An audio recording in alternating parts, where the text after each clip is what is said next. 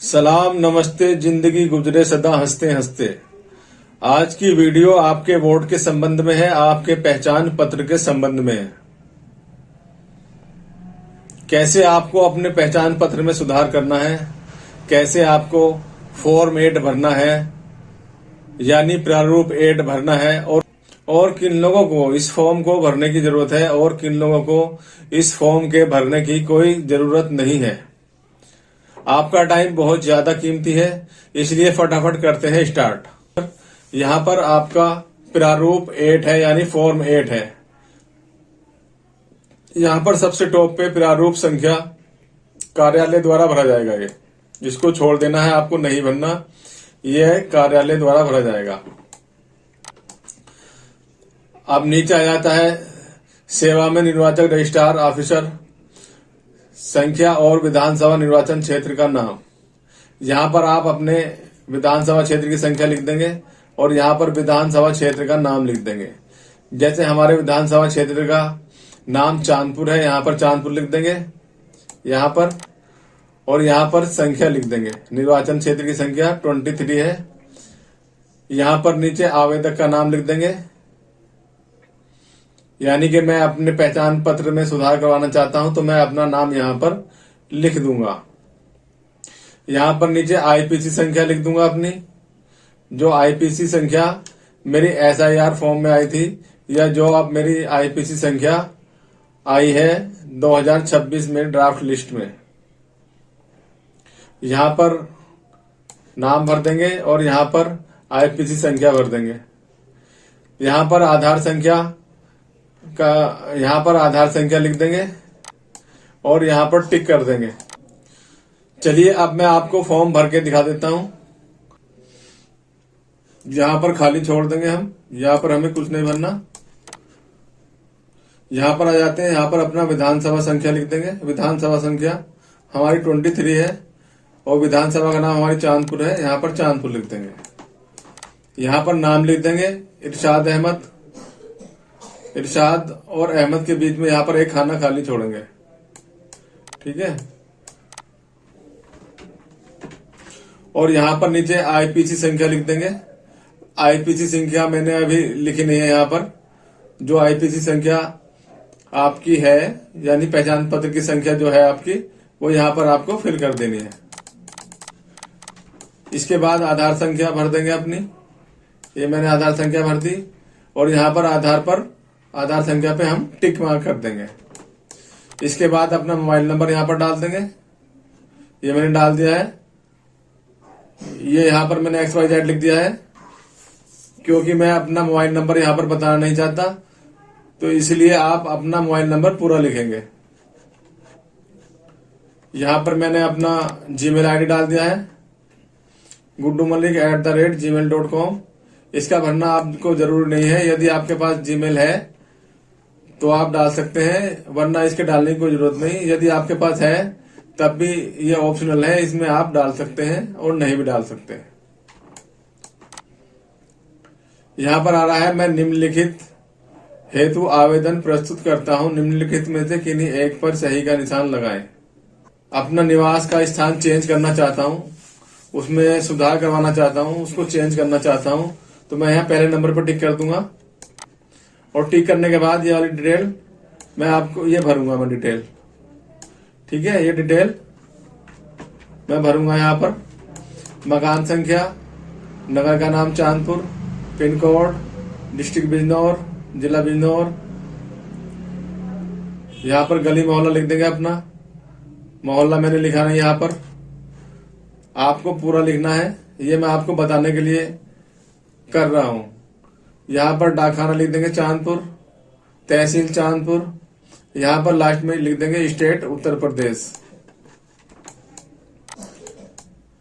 इसके बाद आपको यहाँ पर टिक करना है।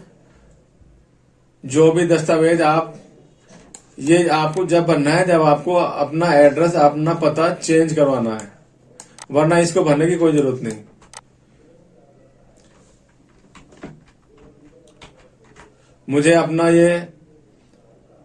मुझे अपना डेट ऑफ बर्थ चेंज कराना है या नाम चेंज कराना है, या मुझे अपने फादर का नाम चेंज कराना है, तो इन सुधारों के लिए यहाँ नंबर 2 पर टिक कर देंगे।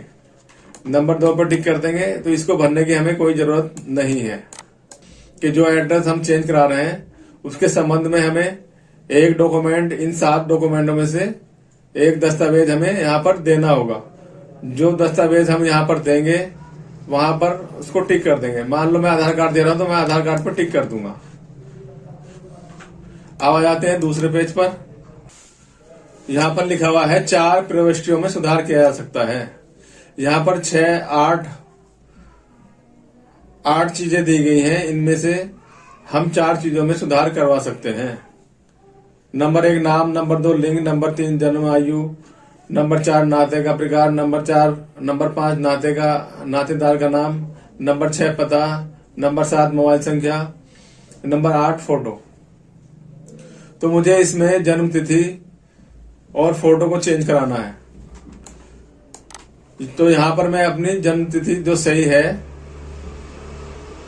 वो यहां पर मैंने लिख दी है 18/7/1977।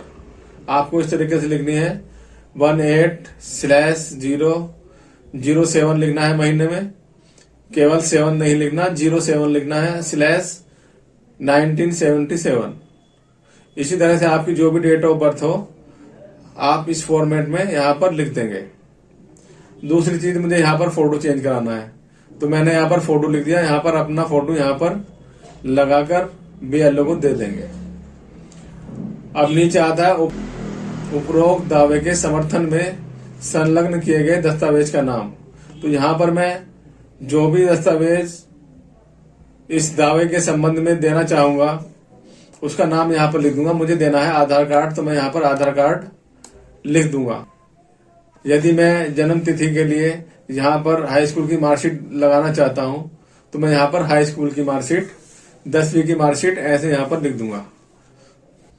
यहां पर मुझे नेम चेंज कराना होता तो मैं नेम पे टिक कर देता और यहां पर अपना सही वाला नाम लिख देता मैं।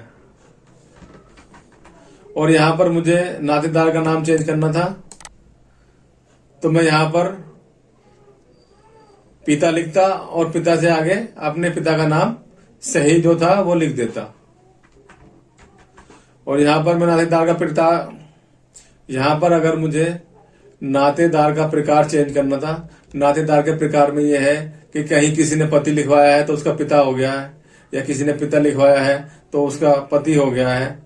तो यहां पर प्रकार पे क्लिक करते हैं, हम प्रकार पर टिक कर देते हैं और यहां पर लिख देते हैं पिता, आगे पिता का नाम लिख देते हैं। ठीक है, तो ये आपका सुधार हो जाता है इसमें। अब नीचे आ जाते हैं। नीचे यहां पर है फॉर्म, ये नंबर 3 है, बिना सुधार किए प्रतिस्थापित IPC जारी करने हेतु आवेदन। तो नंबर 3 में यदि आपका पहचान पत्र खो गया है तो खो गए पे टिक कर देंगे। यदि आपका कट फट गया तो कट फट गए पे टिक कर देंगे। और नंबर 3 नियंत्रण के प्रकार में अग्नि पग्नि मतलब जो भी है आपदा के कारण नष्ट हो गया है तो यहाँ पर आप टिक कर देंगे। किसी एक पर आप टिक कर देंगे तो आपका नया पहचान पत्र आपको मिल जाएगा। नंबर 4 पर आ जाते हैं दिव्यांगजन। कोई विकलांग है तो यहाँ पर वो अपना भर सकता है। उसको क्या सुनने में दिक्कत है तो यहाँ पर मूक बाधित लिख देंगे। बोलने में दिक्कत है तो यहाँ क्लिक कर देंगे। उसको देखने में दिक्कत है तो यहाँ क्लिक कर देंगे। और कोई ये वाली दिक्कत है तो यहाँ क्लिक कर देंगे। कोई अन्य दिक्कत है तो यहाँ पर उसका नाम लिख देंगे। यानी ये 3 ऑप्शन में से यदि चौथे ऑप्शन में कोई है, कोई दिक्कत है तो उसका आप यहाँ पर नाम लिख देंगे। ठीक है, यहाँ पर और कितने % आपको दिक्कत है, यानी देखने में कितने % दिक्कत है या बोलने में या सुनने में कितने % दिक्कत है, यहाँ पर उसका परसेंटेज लिख देंगे। जैसे 50% है तो 50 लिख देंगे। यहाँ पर कुछ नहीं करना, ये घोषणा पत्र है, इसको आप यहाँ पर दिया गया है, ये घोषणा पत्र है। आपको इसको पढ़ने के बाद आप यहाँ पर अपना स्थान लिख देंगे और अपनी तारीख यहाँ पर लिख देंगे। मैंने आज की डेट डाल दी है 18/1/2026। और ये नीचे वाला जो पोर्शन है ये आपको नहीं भरना, ये आपके BLO भरेंगे। और BLO भरने के बाद आपको यहाँ पर कैंची से कटा हुआ है ये रसीद आपको काट के दे सकते हैं। यदि आपका फॉर्म आगे पीछे दोनों तरफ से प्रिंट है तो आपको BLO से भरवाने के बाद उसके सिग्नेचर यहाँ पर कराने के बाद यहाँ पर इसकी फोटो स्टेट करा के अपने पास रख लेंगे, ताकि आपके पास प्रूफ हो जाए कि हमने अपना करेक्शन वाला फॉर्म BLO को सबमिट कर दिया है। इसके बाद अब जरूरी बात ये जान लेते हैं कि किन लोगों को ये फॉर्म भरने की जरूरत है। जिन लोगों को अपने पहचान पत्र में कोई सुधार नहीं कराना है उनको इस फॉर्म के भरने की कोई जरूरत नहीं है।